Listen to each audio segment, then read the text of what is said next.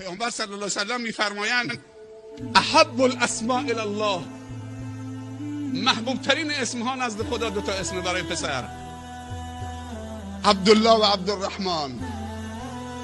بعد اسامی که با صفت عبودیت باشه، یعنی صفت عبد داشته باشه، نه عبدالعلی،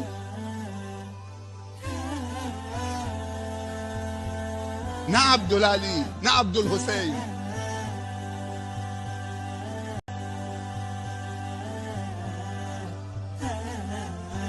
نه عبدالرسول. اینا اسمای شرکیه.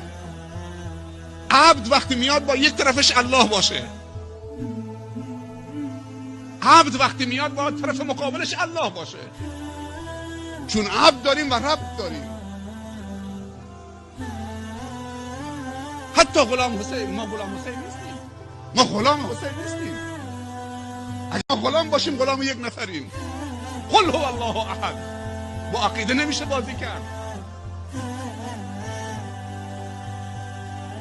عبد فلان و عبد فلان و عبد فلان. بهترین اسمها عبدالله و عبدالرحمن. و بعد بهترین اسمهایی که صفت عبودیت داشته باشه، یعنی 99 تا اسم خدا اولش بیاری عبد. عبدالله، عبدالکریم، عبدالستار، عبدالمنان، عبدالغفور، عبدالشکور. تو شیعه و سنی هست. عبدالرسول کمی تو سنی ها؟ ما میخوایم یعنی از بندگان خدا یه خدا درست بکنیم.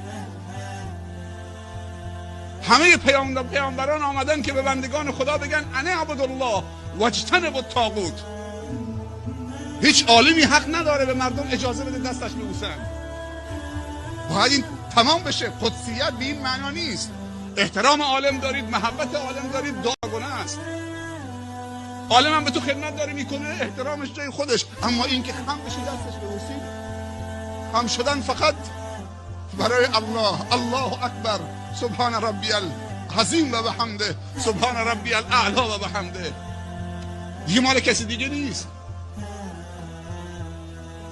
مصافحه معانقه اشکال نداره، اما خم شدن ما اجازه نداریم.